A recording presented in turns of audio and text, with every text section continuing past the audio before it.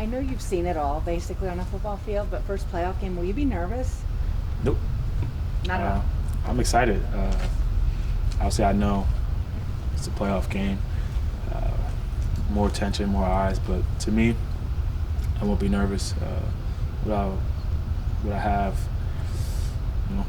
would I be hyped? Yeah, I get hyped for every single game, but nerves, I wouldn't say that. For me, it's just another football game. I talked to Strahan when he was here not too long ago, and I asked him, I was like, what's really the difference between playoff football? He's obviously like the intensity rises and all that, but the best advice he gave me was just don't make the game bigger than it needs to be. I'm keeping that advice, sticking with that advice. Saquon, is this a confirmation of what this team has accomplished in terms of hard work, and is it a way of saying, hey, we got to where we wanted to go? Yeah, that's a good question. I guess I could say yes and no. The reason why yes, because that's your goal. You want to make it to the playoffs. And the only way you do that is through having the right mindset, hard work, and win enough games to get there. But the goal is not just to make it to the playoffs.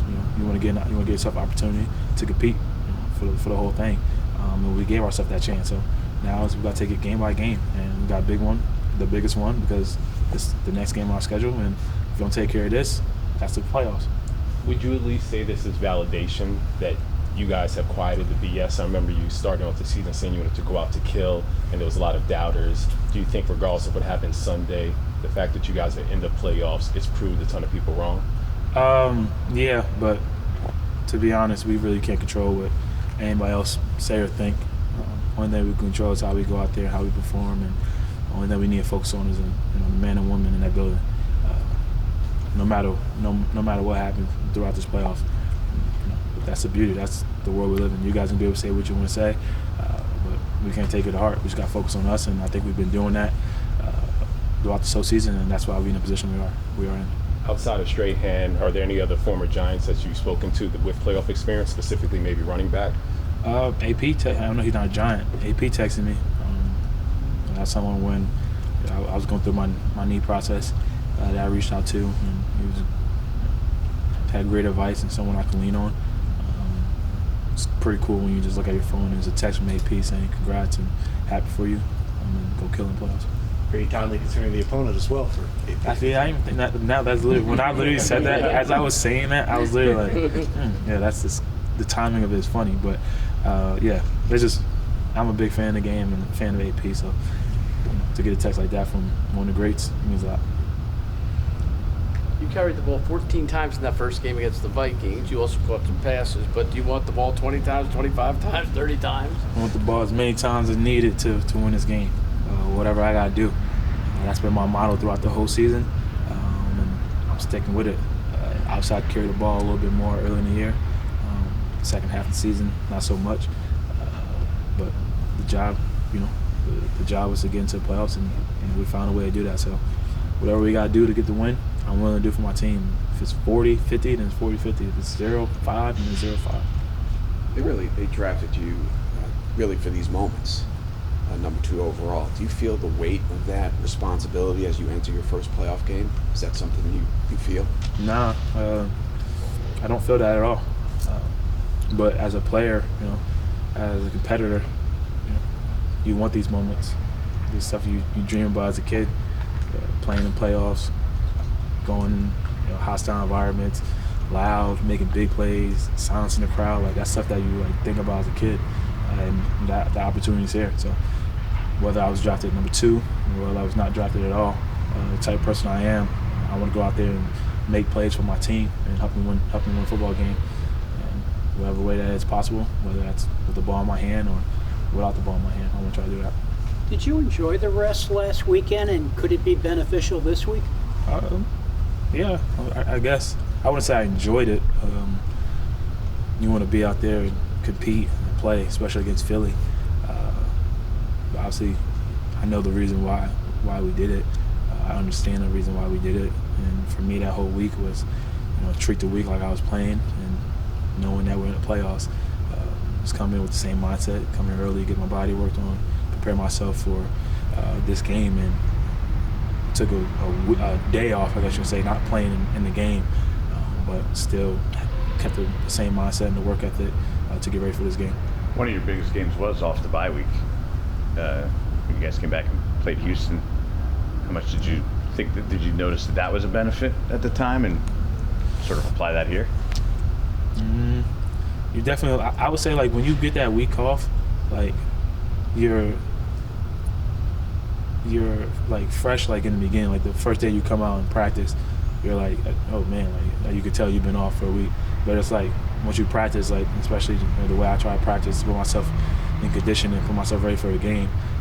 At the same time, like Sunday is Sunday, like whether you have a week off or not. I feel like. Saquon, what do you make? Go ahead. How's your body been feeling as you reach the end? I feel good. Haven't played a full season in a long time. Played a full season and got some extra games left, so I'm excited.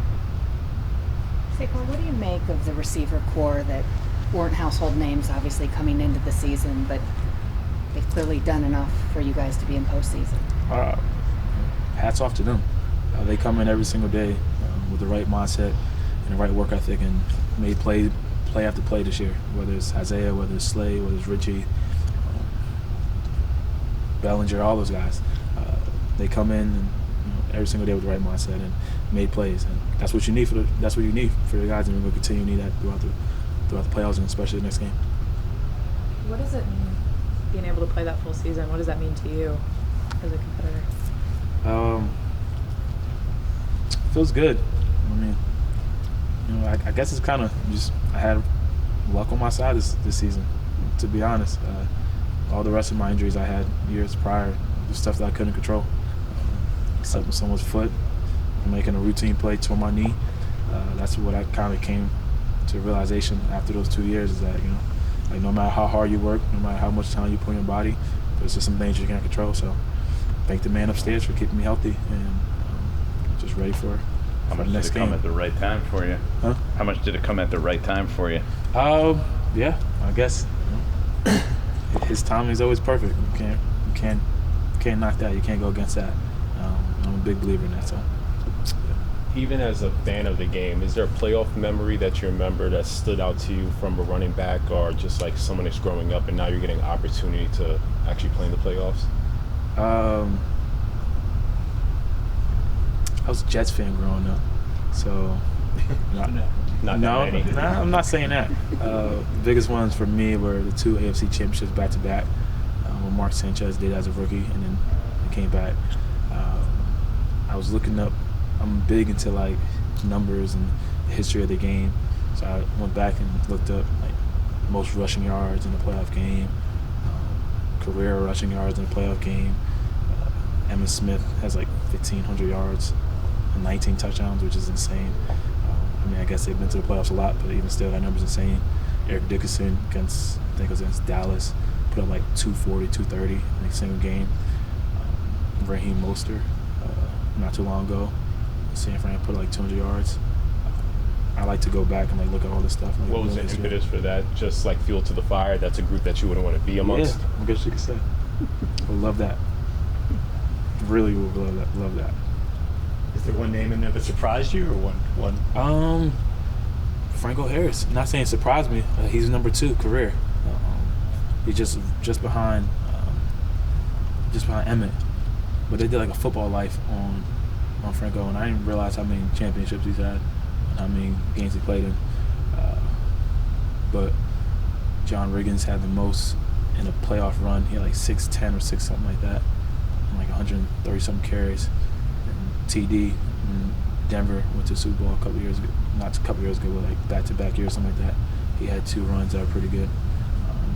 I wouldn't say that he'd surprise me though, but Franco, because like Franco was like way before my time. So I was like, I wasn't expecting him to be number 2. I was expecting, I don't know who really I was expecting to be number 2. I wasn't expecting Emmett to be like 1,500. I was expecting to be like 900, 1,000 or something like that. But 1,500 yards rushing on the ground and 19 touchdowns is insane.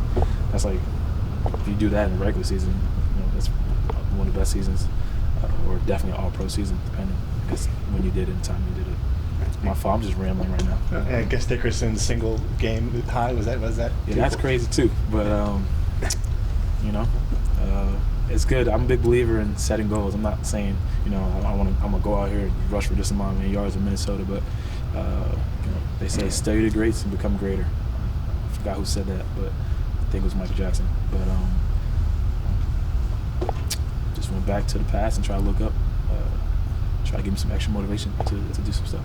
Would you like a kid someday to be standing where you are, talking about you That'd be really cool. in a playoff game? That'd be really cool. That's why you do it. You know, you want to create a legacy, you want to have impact. And I'm sitting here just, you know, reading off names and going back. Like I'm like a kid at a cane store. Oh my God! Like I'm like, dang, you see this? Like, oh, I didn't even know that 1,500 yards. So hopefully one day I can do that. But you know, you got the way you do that is by focus on the task at hand. Didn't you do that even in high school, where you ask questions about who are the great Pennsylvania high school football players, and did you carry that through most of your football life, where you wanted to know what the benchmarks were historically and you wanted to try to match that? Yeah. See that? High school, you know, all my high school, all the people who had the stats records on my high school. Then when I went to Penn State, you know, I kind of said something very arrogant to the running backs, but I knew who all the records were at Penn State. I know pretty much all the records here. Those are the things, like, I mean, that's why you do it. I feel like if you don't, I was watching something on Kobe the other night, and he was saying, like, the goal is to be the best. That's my goal. I've said that multiple times. I've been vocal about that multiple times. That's something I want to accomplish. And that's how I'm going to live my life, and that's how I'm going to work every single day, trying to get to the top of that mountain. And if I don't reach the top of the mountain, however far I get, at least I know I had the right mindset and I put the right work in, that when it's all said and done, it's wrapped up, walk away with a smile on my face.